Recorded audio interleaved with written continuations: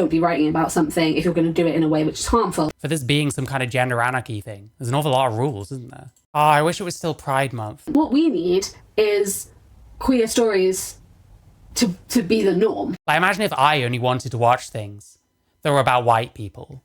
Wouldn't that be weird? Wouldn't that be strange? As a society, we have shown that like gay men, out of all of the LGBTQ community, is more digestible for the general public.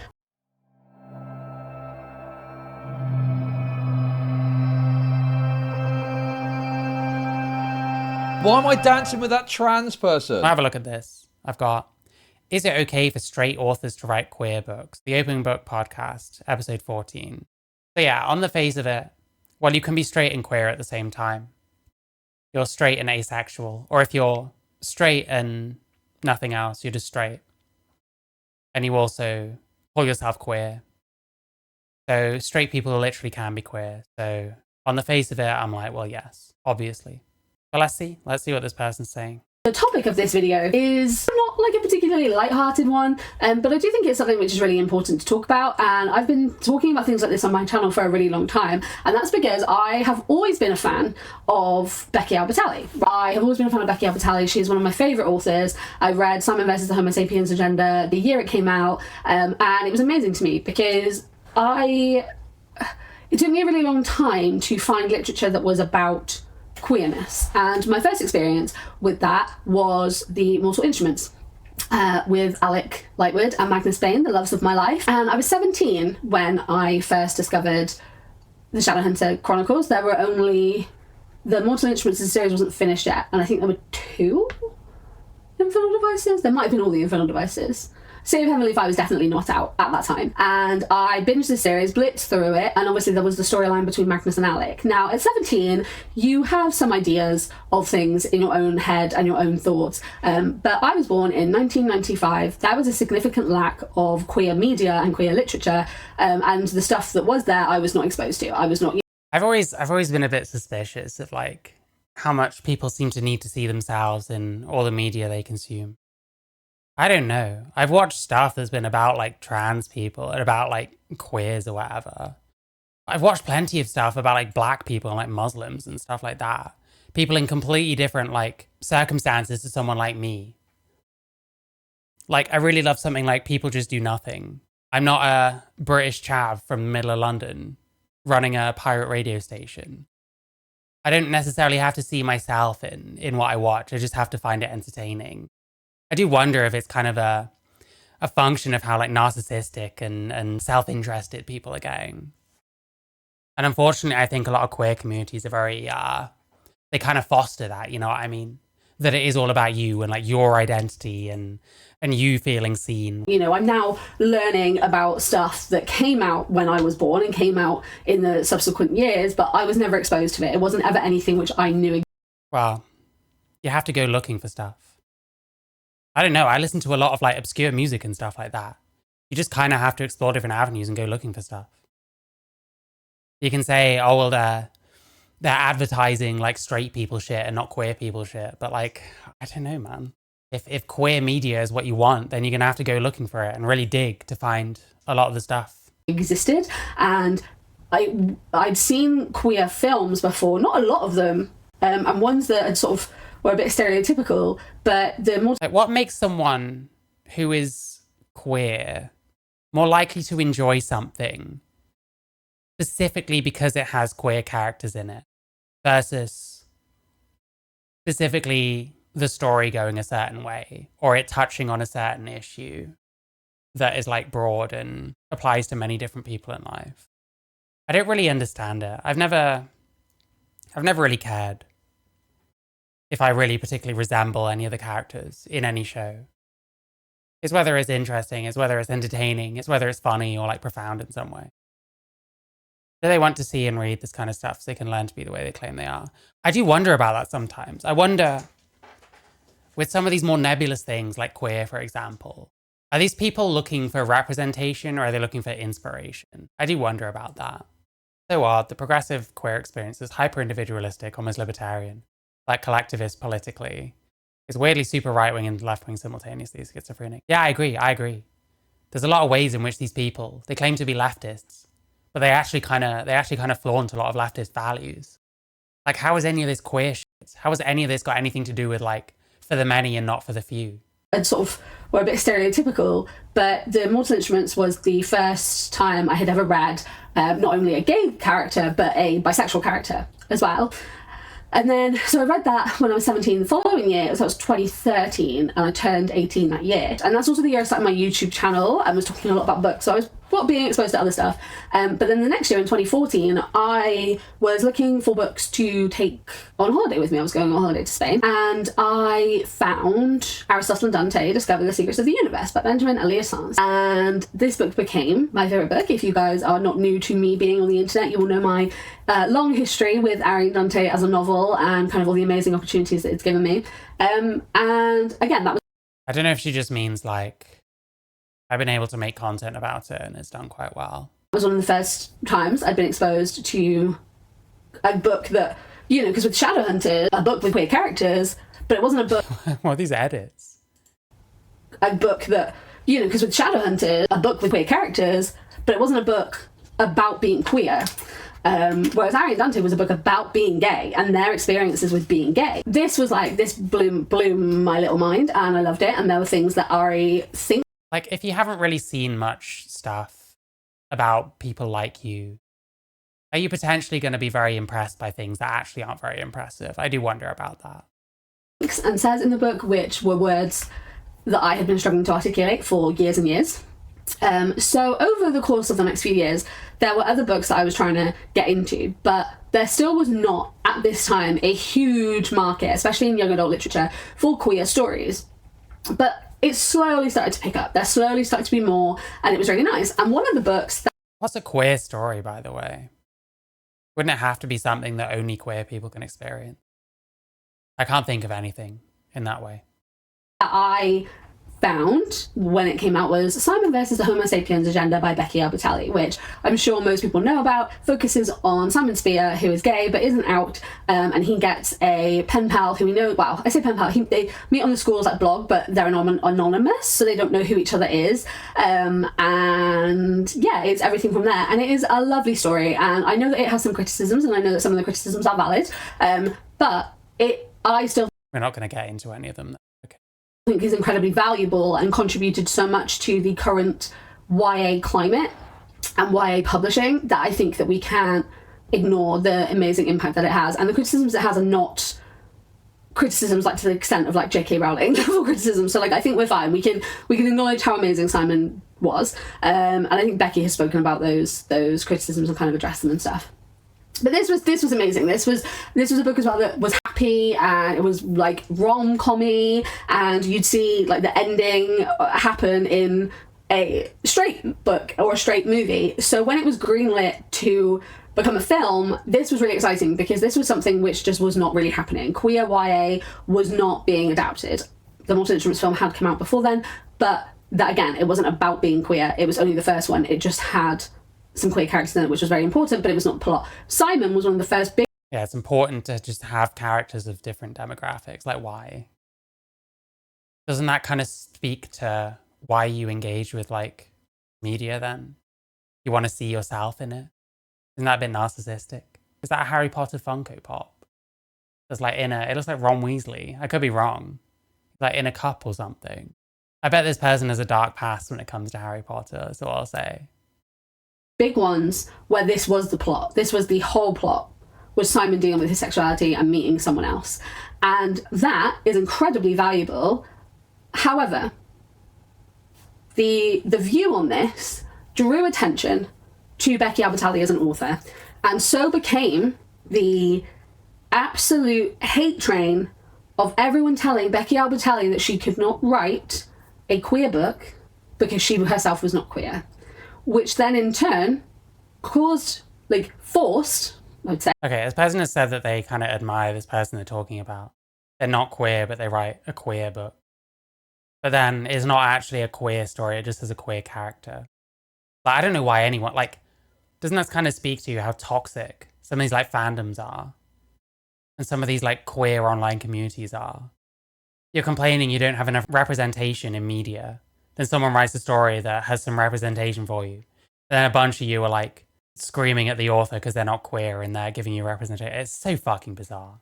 So, Becky Albertalli out of the closet and admitted that she was bisexual. Something which to The problem is, though, we need to define what queer means. You're not queer unless you call yourself queer.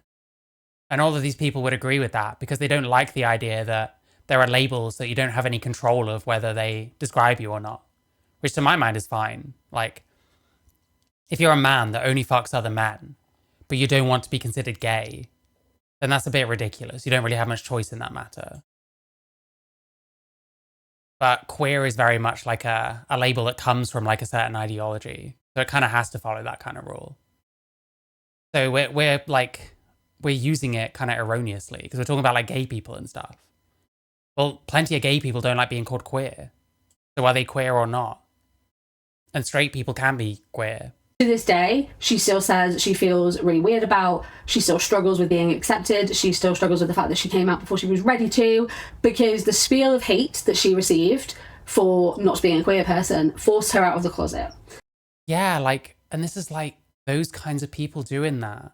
I mean, like, at least kudos to this person for like recounting this, because that's like fucked up. There never seems to be much like self-reflection in these like groups. And maybe this person will kind of make some attempt at that. And her posts still to this day make me feel genuinely so upset for her, because no one should come out before they're ready to. It is not the responsibility of anyone else to decide when someone comes out or how. I mean, it doesn't sound like that's what happened. It sounded like that person felt the need to answer these cries of, oh, you're not queer, but you're making queer media. So it doesn't sound like, I can't be bothered to look into it, but it doesn't sound like they were forced to come out. It sounded like they came out to prove a point. And I don't know, man. Coming out before you're ready, it's like, it's not ideal, but is it like the end of the world? I don't know, man. How they came out or what they can and can't do about that. At the start of Pride Month this year, Becky Albertalli posted a picture, there she is, and said, another Pride Month and I still haven't found my footing. It's weird how this community, in brackets my community, can feel so much like family sometimes, but sometimes it feels like you're the new kid walking into the middle school cafeteria. I know I'm not the only one grappling with that complexity. Let's be better at making space for each other, okay? With 3 hearts that are the colour of the bi flag. And I wish, with every fibre of my being, that I could say that that was the one and only time that that had happened. But it's not. It still happens. And I think we need to have a conversation about it. I completely understand the discussion around queer literature being written by queer people, right? I completely understand it. I don't, because what does that even mean? It kind of seems like queer is about, to a certain extent, some kind of like gender anarchism. But then surely the lack of rules is like part of the point. But then there are rules. Because you think someone's straight, so you'll shame them for writing queer literature. But then straight people can be queer. And that person you think is straight might not be straight in the first place. Like, it's all a bit silly. Because queer voices are significantly marginalised within any form of media, and what does that even mean? Especially publishing. There are a lot of queer books now, but they are still not the majority. And if you look... There are a lot of queer books now, but they're not the majority. Why would queer books be the majority when queer is not the majority? Surely you'd reach a point where per capita you're being like represented. And then that's fine. But it kind of seems like you want more than that. I bet there's tons of queer authors that get published and get at least something of a following. There's certainly no shortage of queer people like writing media on the internet. And some of them getting noticed and some of them getting attention, even just on like their AO3 page or whatever. Look at the popular books that went popular on Book Talk. A lot of them are straight books. A lot of them are heterosexual main pairings and, you know... Straight, like, I'm confused at this person's priorities. Does it really matter whether it's about straight or gay people? Would this person like read a book if it's about straight people? Or would they instantly like, nah, I don't want to read that? Like, I understand that if it's like porn or something. I understand that if you... I don't know, you're a gay man and you want to whack off to some smut. So you want to read about other gay men. But like just reading stuff, like gay and straight relationships, there's tons of stuff. You could watch something as a straight person that's about gay people and find a lot of the issues and stuff relatable because it's still human beings at the end of the day. And that is the thing that sells more. You know, people don't necessarily always want to publish queer books because it unfortunately, is not as marketable. It's a lot better. But it might not be as marketable in the sense that, like, there's less queer people. But most people don't just watch and read stuff that contains their people. Like, I always wonder if this person is kind of... They personally only want to read stuff that reflects them in terms of, like, characters identifying as queer or whatever. Does this person assume that straight people never watch media about gay people? Because that certainly isn't fucking true. Does this person only read, like, romance books? Maybe, I don't know. Now it is so much better now. I have so many queer books on my shelf which are beautiful and wonderful, but you still see it, you still see complaints, you still see whenever Illumicrate announced that their Afterlight book, the romance book subscription, is a queer couple, there are so many comments complaining about it. Always. They're always there. It is always there. Because people don't want to read it, and the stuff they do read is the more easily digestible stuff. So as a society we have shown that like gay men out of all of the LGBTQ community is more digestible for the general public. Obviously still not something which is widely accepted, but it is something that people watch a bit more. Things like Brokeback Mountain, even if you look at all the adaptations, Red, White and Royal Blue, Simon versus the Homo Sapiens agenda, it is queer men as the forefront. But if you look at the big mainstream adaptations, not many of them are sapphic. The popular queer books on BookTok are also those books, Red, White and Royal Blue, Adam. I mean, there's plenty of, like, lesbian media out there that got mainstream. They want to look at, like, the L Word or, like, Sugar Rush or something. Like, these kinds of things do break. These kind of things do end up on mainstream, like, television. What percentage of people are gay versus how much, like, representation do you want in media? It's a bit bizarre. Just get a girlfriend. Yeah, gee. Silvera books, etc., which obviously is really good that there are these books that are getting really, really popular, but it's still a very small minority of the popular books, and it is also... But does it even matter what gets popular? If you're able to, like, get hold of these books and enjoy them, even if there's more of a niche audience, isn't that fine? I don't get it, man. Still a very small minority of queer books that exist that are getting popular and going viral. And obviously we need more queer stories, we need more queer voices. You don't need any of that, really. If you think you need representation, it kind of speaks to a need within yourself, not a need in society. It kind of comes across a bit like narcissism. I don't know how else to put it. It just comes across narcissistic. That Showgirls film with the one from Saved by the Bell. Yep. Most British soaps have had at least one, like, lesbian couple at some point or another. There is lots of media out there that has become very mainstream. That is about gay men, that is about lesbians, that is about queers. What was that thing on Channel 4 a few years ago? Feel Good? I used to really like that. I don't know what I think about it now. There's certain quotes that I remember that I'm like, oh, fuck Christ.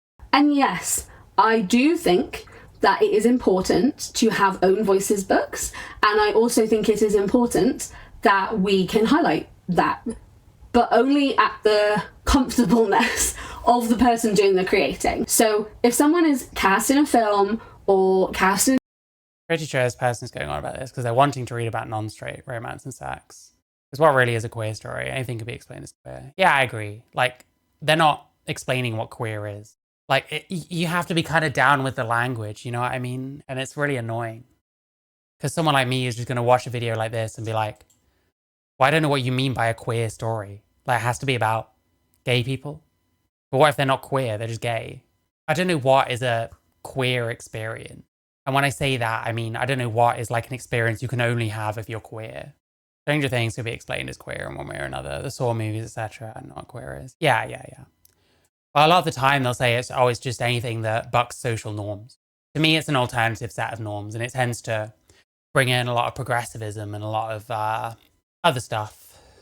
Often stuff that is just as oppressive to certain kinds of trans, gay, etc. people. Was Laverne and Shirley lesbian? I have no idea. I've got no idea. A TV show because the internet also forced Kit Connor to come out. He was a child and he was forced to come out because the internet didn't believe, like, he first said... Was he actually forced, or did people just not believe him and so he came out to prove a point? That's not being forced. I don't want a label, and the internet were not happy with that, so forced him to come out, and he came out as bisexual, and he was a kid. He was like, just ridiculous. That's not being forced, to be clear. You're not being forced to come out.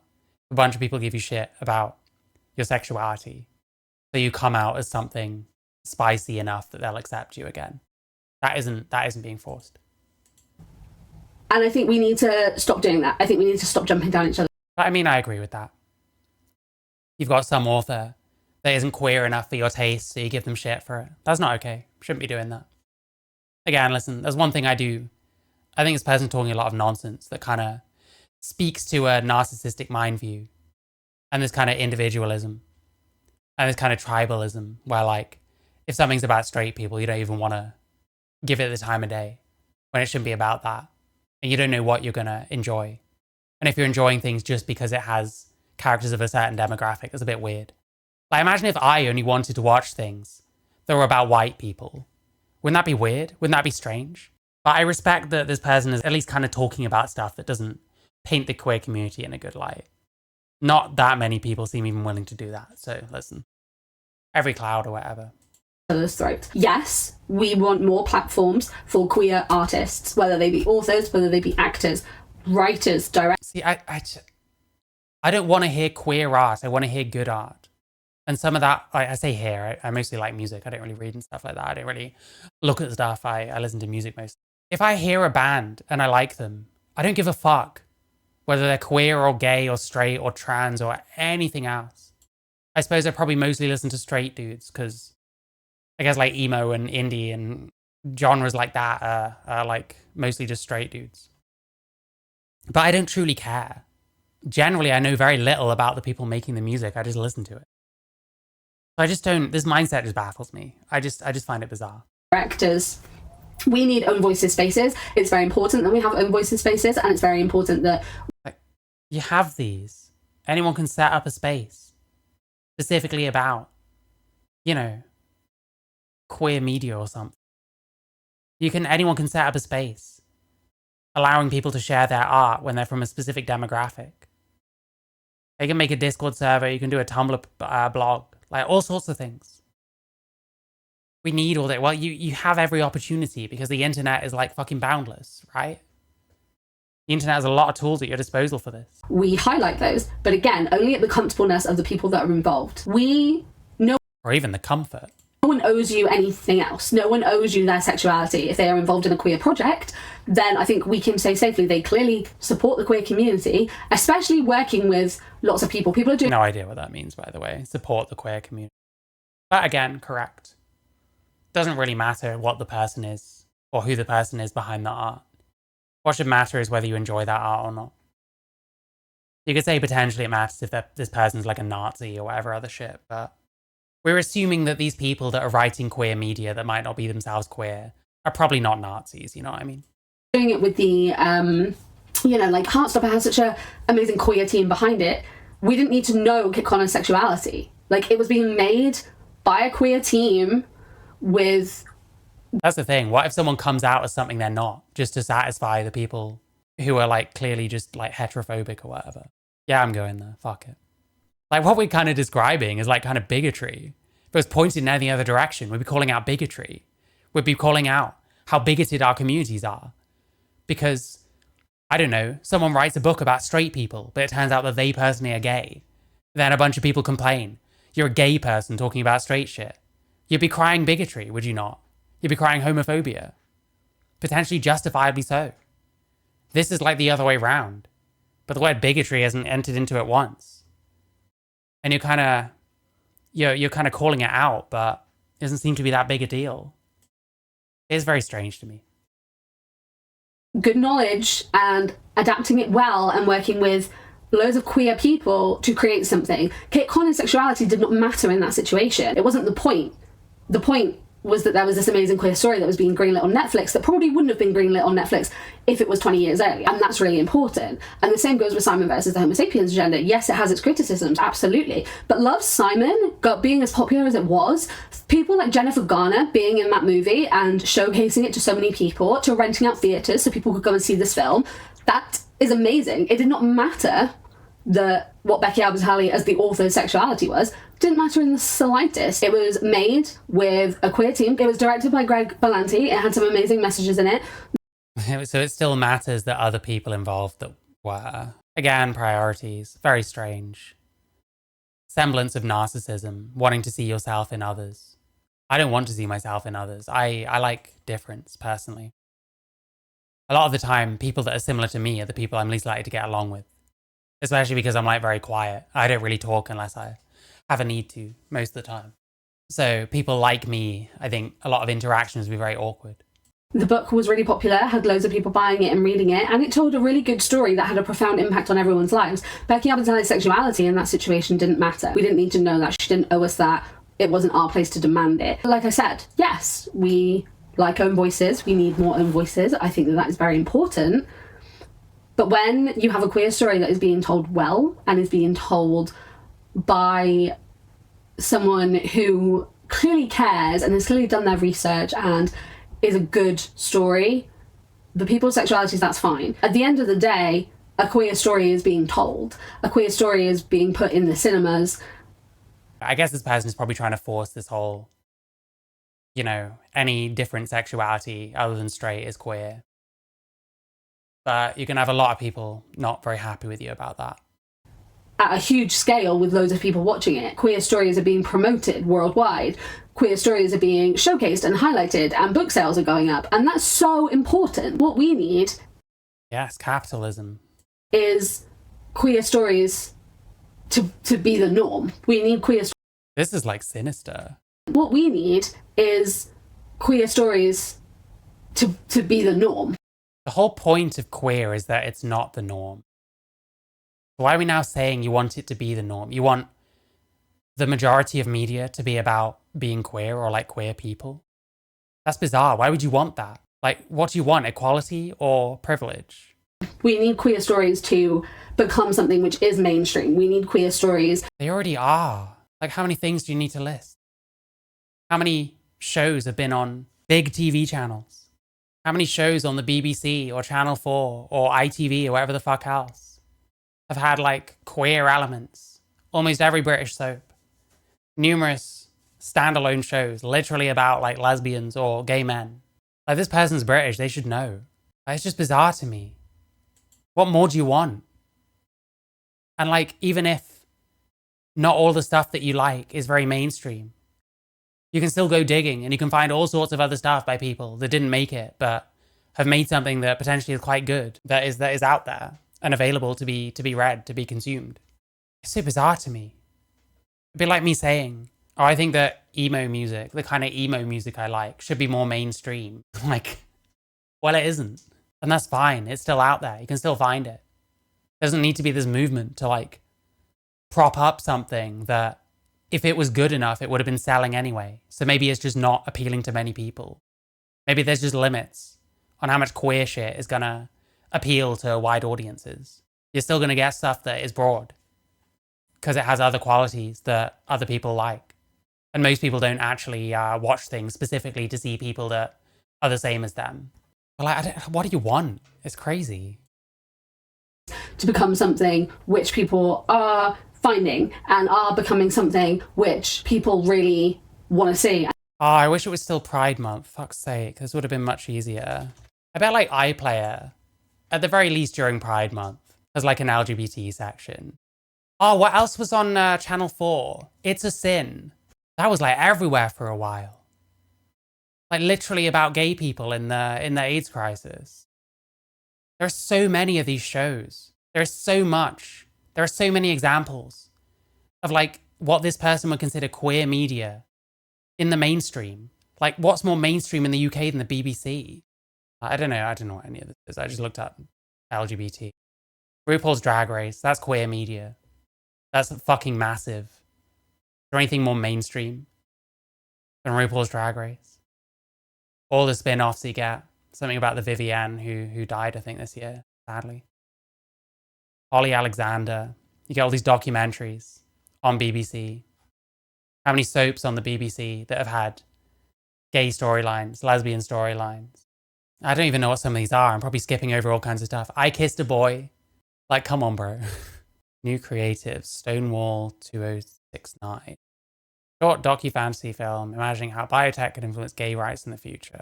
EastEnders. The residents of Albert Square celebrate Walford's first ever gay pride. EastEnders has had like gay storylines and stuff like that. There's so much fucking queer media. So what does this person want? It's so bizarre. I know Channel 4 has like tons of stuff. Yeah, I wish, listen, this is the one time in my life that I'm wishing it was Pride Month right now. Because this would be like 1,000 times easier. Because when it's Pride Month, these like, you know, Channel 4 on demand, BBC iPlayer and stuff, they literally have like sections for all the different LGBT plus media you can consume. There's so much of it. And we're acting like somehow queer shit still doesn't seem to hit mainstream. The Pride Collection, okay. The Pride Collection, George Michael outed. Feel good, it's a sin. I know both of these. Something about lesbians, something about largely gay men in the AIDS crisis. Queer as folk. Big boys. Two mismatched boys who bond at uni. Get Millie Black. Tales of the City. 70s San Francisco, that sounds quite gay. Brookside, that's definitely had lesbian stuff in it. Life is Queer, George Michael, Gay Under the Taliban, Stephen Fry. A lot of queer people in, or what we're calling queer people as per this person's definition, in mainstream media. Out and proud in football. You watch sports and see queer people nowadays. Football's coming out. The Black Lesbian Handbook. How much queer media do we need? Never been easier. They even do spin-offs of half of these shows. So when you enjoy the show, you can then watch all kinds of other stuff. But we need more somehow? Like, why? For what purpose? You're already kind of overrepresented, are you not? Queer stories to... People act like LGBT plus has just been in the shadows since forever, and that is not the case at all. Well, yeah. There's an entire fucking month. Entire month dedicated to Pride. And then plenty of Pride events don't even happen during Pride Month. It's preposterous. Like, there's so much of this out there. It is mainstream. What is not mainstream these days is homophobia. And that's fine, you know, I'm not against that. Probably shouldn't be a mainstream thing to be homophobic. But like, then why pretend? Why pretend that like queer media is underrepresented or needs to be further normalized? There's so much of it. To be the norm. We need queer stories to become something which is mainstream. We need... Like, this is just nonsense. Like, there's so much. All I did was look at TV shows, by the way. That's before we get into like films and all this other stuff. If I go on Netflix, but there's tons of gay stuff on there. Queer stories to become something which people are finding and are becoming something which... Listen, it took me like 10 seconds on either Channel 4 or BBC to find shit tons of stuff. You're like set for like a year, if not more, with the amount of gay series we found in a very short amount of time. And we missed plenty of them. People really want to see and are becoming the norm. If we then police who can and can't make them, then not many of them are going to exist. I mean, ultimately, there's always going to be retards on the internet complaining about any one thing. What you really need to do is point out the fact that these people are retards and encourage other people to not listen to them. Anymore. And that's unfortunate because we need to, you know, and yes, we do want to have more queer authors and more queer actors and more queer people involved, but... More queer actors. Not enough of them, I guess. Jesus Christ. I know, Matt, I'm not a film guy. I'm not the one, but like, I happen to know there's a lot of queer actors, a lot of queer musicians, a lot of queer like authors, all kinds of things. Not all of them are mainstream, sure, but like, I don't know, even fucking Abigail Thorne has been in fucking Star Wars. Not like one of the main movies, but still. Like, what more do you want? If they're not comfortable saying their sexuality, that doesn't mean that then they're not allowed to also tell a story that's really important. And, you know, Becky Albertalli said that her stories helped her kind of figure things out. And you never know if that's the case with anyone else. You never know if it's safe for someone to come out. You know, you never know if it's safe for someone who is playing a queer role. Well, what actually happened to any of these people as a result of them coming out? To actually say that they're queer in real life. You have no idea of anyone's actual circumstances, and forcing someone out of the closet is genuinely really dangerous and something which is not okay. Like, that's not... I agree, but you haven't actually described anyone getting forced out of the closet. Those people could have chosen to say, it's none of your fucking business. I don't want to talk about my sexuality. That's up to me. That ain't up to you. They were in their right to do and say that.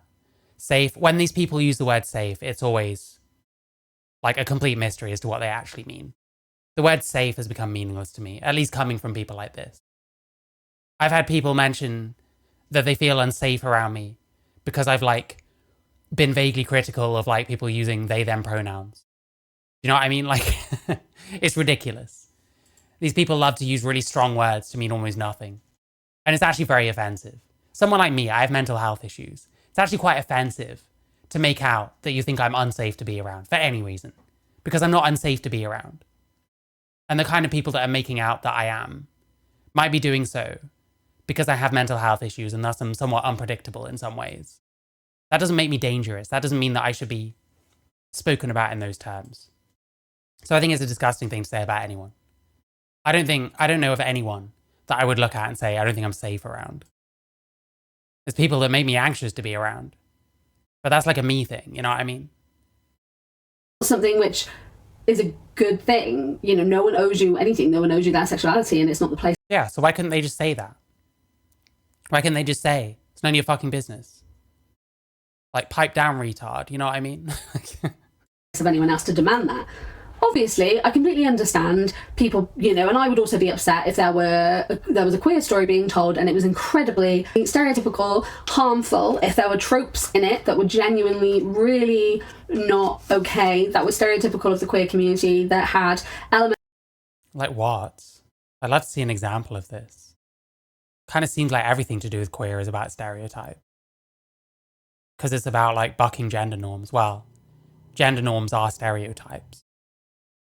And really what you've done is construct a new like set of stereotypes, a new set of norms that then people are like shamed for not living up to. Such as these authors you're talking about. Such as people like me. Elements in it that could like perpetuate harmful stereotypes and could perpetuate like harmful. This Chud's lost cousin. I didn't think so. I guess I don't know for sure. Ideals in stereotypical of the queer community that had elements in it that could like perpetuate harmful stereotypes. Yeah, the word harmful, that's another one. I honestly think these people should not be allowed to use the word harmful or harm without spelling out what harm they're talking about. It's really annoying. When they say harmful, they can mean literally anything. It was like, well, why even use the word then? Why use a word that means nothing? It's almost like it's also important as to what a word doesn't mean, as to what it does mean. And that gatekeeping comes in all forms and is necessary in all forms. You have to gatekeep words from what they don't mean. Otherwise, they mean nothing. Orwell warned us about this. Yeah, I mean, listen, I'm not so familiar with Orwell, but I've been seeing this for a while. I don't like it either. I didn't like how trans went from meaning someone that changes things about themselves to more resemble the other sex because they're not happy in their sex. To, I call myself the other sex, or I call myself literally anything other than what I am. There are a lot of examples of like how language has slid, and it's not good. It's not helpful. It means that these people can get away with making out that smaller and smaller offenses are like massive deals. You call something unsafe or harmful when the harm is like maybe a very tiny hit to someone's reputation or something like that. Or maybe one person looks at this and forms a negative opinion of queer people as a result. Well, y'all queers do lots of shit that makes people have negative opinions of you. I hate to break it to you. If you're talking about harm, you need to examine your own behaviors, not everyone else's. Someone mildly hurting one's feelings now is considered an attack and harmful. Yep, it's fucking annoying. Listen, I've been told that I've been attacking people. I'm sure that Heather Herbert person has accused me of attacking them. Like, why? Because I respond to your videos and I don't like them. It's not an attack, bro.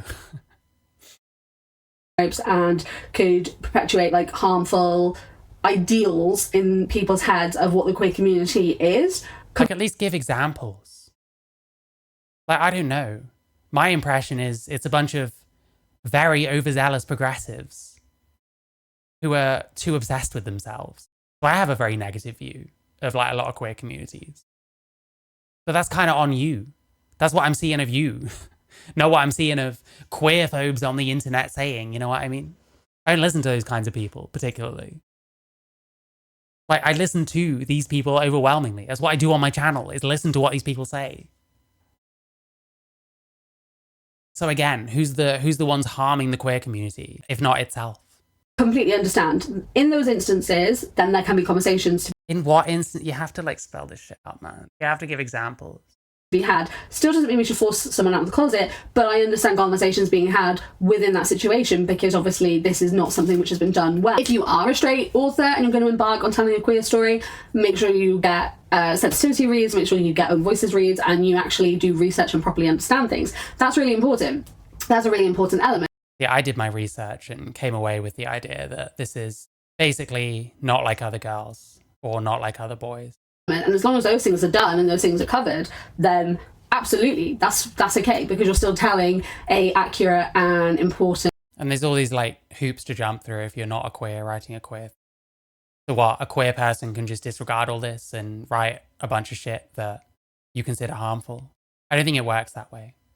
You're almost kind of singling out like straight people specifically if they want to write queer shit. I don't know, there's a lot of rules. For this being some kind of gender anarchy thing, there's an awful lot of rules, isn't there? Fuck. Story. If you're then Like, if you want to write about straight people, you just fucking write about straight people. It doesn't fucking matter, any of this shit. You don't need straight people to like proofread it. You don't need to like do your research on what it means to be a heterosexual. If you're a gay person writing a straight story, just write a fucking straight story. Like, Jesus Christ. Who's the authoritarians? Who are the ones enforcing a rigid set of norms?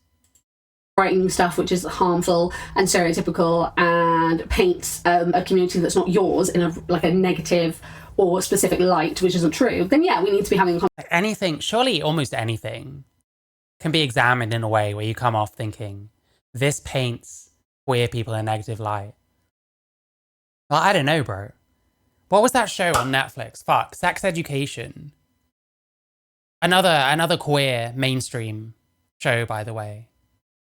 Like, there's so much like British media about like queer people. I'm amazed at this person and some of the takes they do.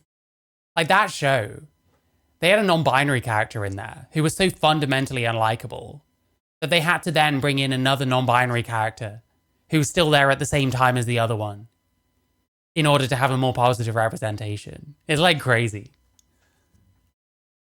Conversation about that, and that's something which we shouldn't be doing, and obviously I completely understand with that. But ultimately, whilst I think, yes, we need more queer actors, we need more queer authors, we need that, having queer stories... Yeah, they haven't justified that opinion at all. There's so much of this. Is also just as important. And if I had an author say, I'm straight, but I wanted to tell this story, and that you could tell it had been thoroughly researched...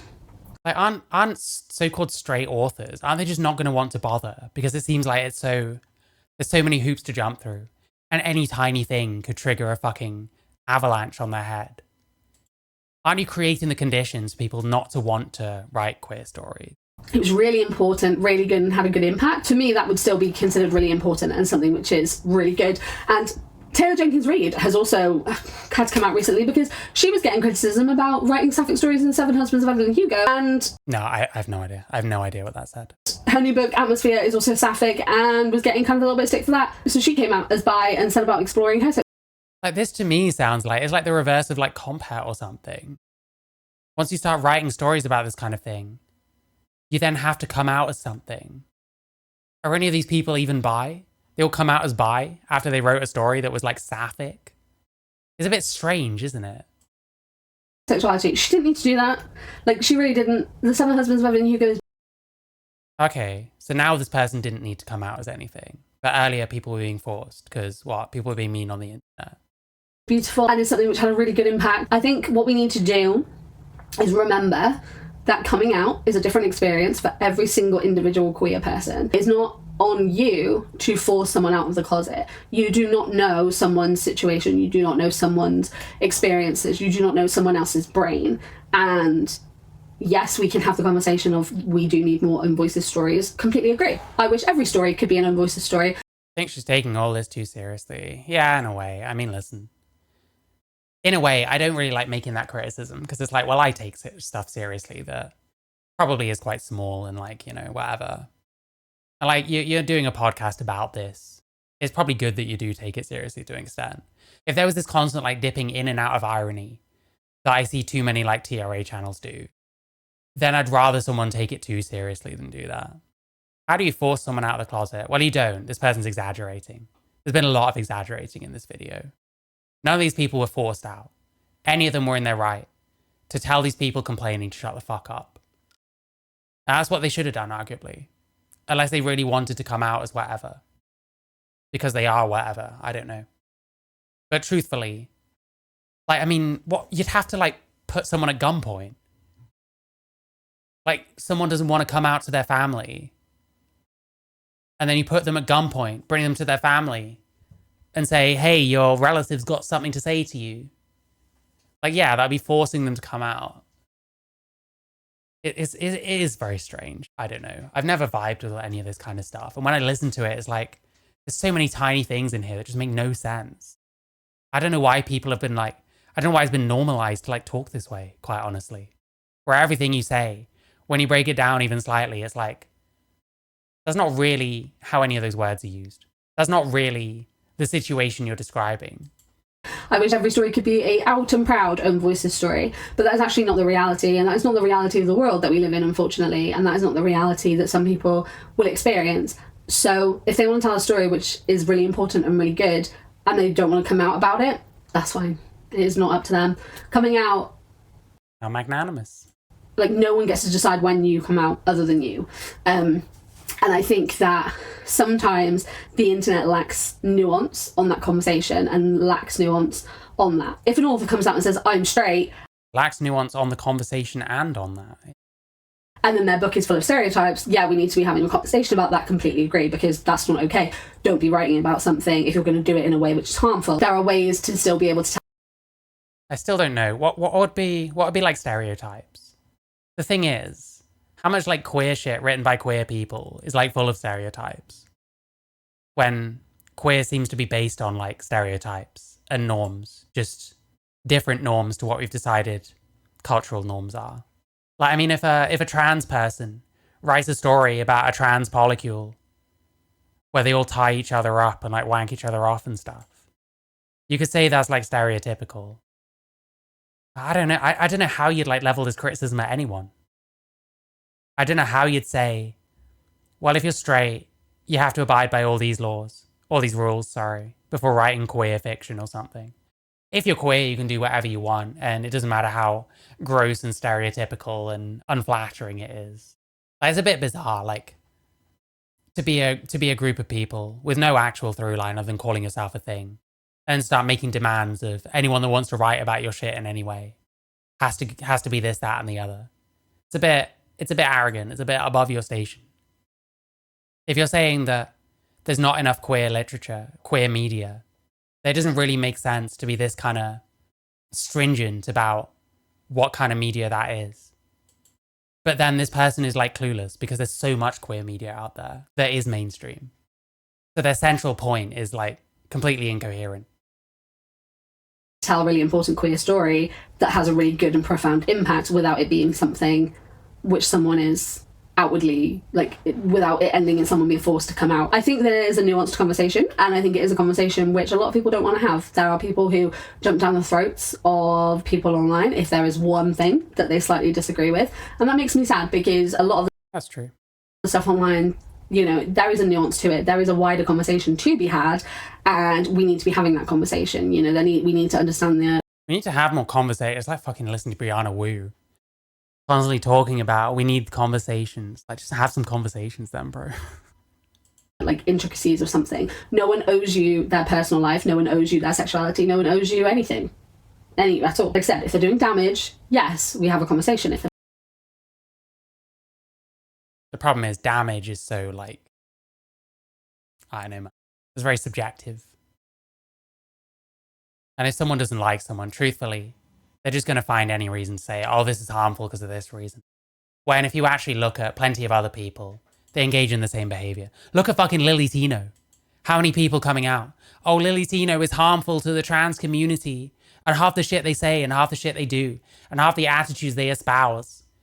You could look at so many other, like, trans influencers and make similar criticisms, but no one ever does. It's interesting. People just find people they dislike, I think. And then those people are specifically harmful. Whereas, I don't know, you can twist anything anyway to find harm in it. So sometimes these conversations are actually fucking worthless.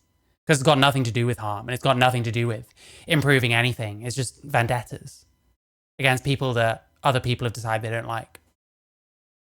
And when people don't like someone because they're straight and they're writing a certain kind of media, that's kind of bigoted, no? That's kind of hating on someone for their sexuality. Not okay when it's like gay people, but when it's straight people, it's fine. Like, I think, listen, like I said, I respect that this person will like make those criticisms at least at all, because I don't see enough of that in like these circles at all. But at the same time, you're not really giving it the gravity it deserves. If I'm to believe that you're all this like anti-homophobia, anti-queerphobia, anti-bigotry, all this kind of stuff, which being queer is supposed to embody. But it kind of seems like it's more about double standards. And we treat it with the kid clubs when it's queers being like heterophobic to like straight people. But the other way round, you come down with a fucking hammer. Strange to me, very strange. Have been harmful, we have a conversation. But nothing that Becky Albertalli really did was harmful. Nothing about Simon, was something which had a detrimental impact. It had an Yeah, because you like these people, so you're not going to go looking for those problems. amazing impact. The internet's very quick to... Like, literally, one of the other people, they said, oh, there's been criticisms of this person, I understand it. But you personally don't see it that way because you like them. So you're not gonna follow that logic on this particular example. Jump on people for things that they don't need to be jumping on people for. And it's a nuanced conversation. It's not a black and white conversation. I don't think it's a yes or no conversation. I don't think it's something when we say, no, they shouldn't be writing it, but I also don't think it's when I say, yes, they should be, because there's complexities to it. It's complicated. It matters on the story being told, how it's being told, the impact that it has, their attitudes towards it, the popularity. Counterpoint. Someone wants to write about literally anything, let them. If it shits, people probably won't buy it anyway. And if they do buy it and it shits, they'll probably leave bad reviews. Probably warn each other. Hey, maybe don't read this, it's triggering or whatever shit. Maybe just don't give so much of a fuck about this. Should I start gatekeeping like genres of music? I don't know, man. Let anyone do anything. And if you don't like it personally, leave a bad review. Tell the world why you think this thing sucks. I don't know, man. Of it, the longer impact. It always comes back, doesn't it? It always comes back to wanting to control other people. Of it, and what they're saying about it, how people are taking it. Did it offend people? Did it upset people? There's so much to this conversation, which I think is really important and something which we need to be having before just jumping down someone's throats and saying, you need to tell us your sexuality, because that's not the way forward. That's not how we go about this. That's not how we do this. There's so many other conversations to be had. Apparently it is how you do this, because you've been describing queer communities doing that over and over. Okay. We're kind of going around it. There's not much left. I'll just play it out. Beforehand, before we can get to that point. But even then, I don't think we should be outing anyone. But before we even get to the point of being like, oh, well, was it written by this person? I think we need to have that conversation. And like I said, it's nuanced. What was that? The point of being like, oh, well, was it written by this person? I think I don't know why that made me laugh so much. We should be outing anyone. But before we even get to the point of being like, the yawn starts here, tries to finish the sentence. Like, oh, well, was really, really struggling. it written by this person? Gives up. So I think we need to have that conversation. And I don't know why that amused me so much. like I said, it's nuanced. It's not black and white. But I think we need to be having that conversation rather than forcing. We always need to be having conversations before anyone does anything ever. That's how you create a society that never gets anything done, because you're all too busy having preliminary conversations about how this has to look and how that has to look before anyone actually does anything. I'm amazed any queer art ever gets made at all, to be honest, if this is the kind of prevailing narrative. But truthfully, people just don't care about this. Ultimately, if someone wants to make a book about queer shit, they're going to make that. They're not going to start having conversations about what is and isn't good and stuff like that, because that's how you create art that is homogenic and all looks or sounds the same or reads the same or hits the same beats or whatever. They're just going to make what comes from their heart and take whatever criticism they get. I sure as fuck when I make music. I'm not going to sit down with a bunch of people. But would it be appropriate if I use this pedal on this song, or if I briefly mention my trans shit in like 2 songs on my entire album, where I used to write about my trans shit much more? You know, that kind of thing. Like, you just make things and people will criticize them appropriately, you hope, and sometimes won't, and will act like freaks on the internet because a straight person dared to write about something that wasn't straight. Like, none of this matters. We don't need to have conversations. Let art happen and let it exist, and criticize art that you don't like, and make your feelings known if you really think something is that bad. Make a case for why it is that X piece of art is harmful, or Y piece of art is leaning on stereotypes. That should be how it is. There's no need for all these conversations and stuff. And they're not happening anyway. And I don't, unfortunately, no offense, I don't see this like inspiring these conversations. Like, isn't that the way it should be? People out the closet. I'd love to know your guys' thoughts on this. Time to quick out on my band members that aren't queer. Yeah, that's like all of them. I mean, listen, my band is like inactive, which sucks. Like, I love performing. Like, almost everyone that I've like made music with has been just like straight guys, and occasionally women. They're also straight. Like, I just don't care about any of that. I don't give a fuck. The barrier to entry for being in my band is you being able to play your instrument and us having some kind of chemistry in terms of like what we come up with and what the music sounds like. I don't care if you're straight or gay or whatever. I very much do believe no one should come out before they're ready. I also don't think it's a black and white situation. I think it's very nuanced and complicated. So let me know your Listen, this is a short podcast. You've been going round and round a bit. thoughts in the comments as well. Thank you guys for listening to this episode of the Open Book Podcast. Like I said, She's trying to yawn again, isn't she? my name is Ren, and I make videos across the internet about queer and I would collab with Sophie Molly. Fucking hell. Listen, it'd be more of a producer, mixer kind of role. Like, maybe I'd consider adding some like electric guitar in the background or something. Listen, if Sophie Molly wants someone to mix and master his album for free, I'll fucking do it. I don't care. I'm up for that. Fuck it. It'll sound good. Because mixing and mastering one person with an acoustic guitar and their voice is fucking easy. I mean, it'll sound like shit because of who's making it, but it'll at least be like produced properly or somewhat approaching properly. I don't know. My stuff sounds okay.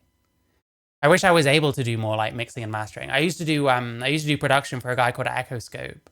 Actually, I've never shown that music video. We did a music video together. I might show it. Hang on. bookish things and pop culture. So if you want to come and stick around with us, please feel free to do that. You can find all the ways to do that in the description of this episode and the... Okay, this is like run its course. I mean, listen, it was interesting. I like at least hearing what these people are saying, even if I disagree with almost all of it. And truthfully, like, we talk about needing more queer representation. I don't know how you could possibly come to that conclusion when you do any looking whatsoever. I mean, I bet if I go on Amazon, if you go on Amazon, LGBTQ books, there's literally a category on Amazon. It's never been easier to find queer media. I don't know how you'd get the impression that we don't somehow have enough representation. There's like so much. And if you go on like AO3 or something, there's even more. That's self-published, not backed. But it doesn't matter. It's very easy to find anything. I mean, plenty of these are published. You've got books by like Graham Norton and stuff like that.